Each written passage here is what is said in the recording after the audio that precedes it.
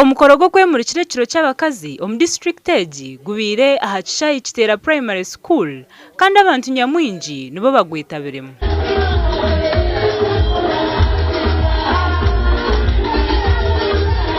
Abakazi bashabirwa okukunda ebya science.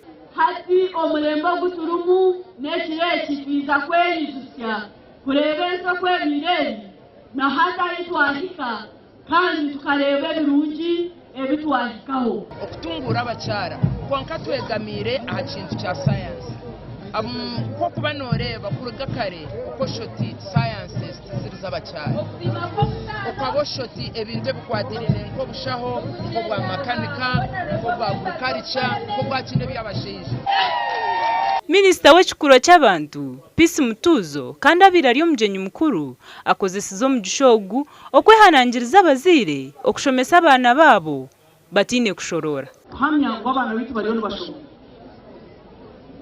konkisho kunabire nagwerwa kakwe ataki kutwita n'abamo kunama bari kutumanya konka bakagera baka sana wano yenda kujinaza kujita kigambe otishotereze ekwatomanda kwaye kurugomisha.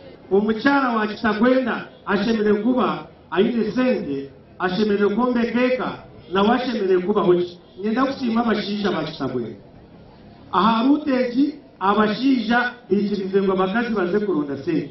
Jovia Businje chairperson w'abakazi nagira ngo gavumenti ehira abakazi obugabe kandi ngo abingi barugire nyuma enshonga eyongira hantunguka yabo. Yoweri president Kaguta Museveni kureba ngo nitakatiswa nk'abacyara yatuyihe nyuma yatutomu miso reba mwe nityo izoba munye chairperson women council ninyo ntabwo amandika president Yoweri Kaguta Museveni. Abanyishengero okurugwa mu cyanga cya Ankore aharumu buhweju Mbarara Ntungamo n'ahandi bashyikira ha mukorogu kandi minisita w'ekikura cy'abantu araganisiza kushomesa ebigombe by'abakazi abari kuhinga 16 okubakubasa kweyongera ahantu asya yabo.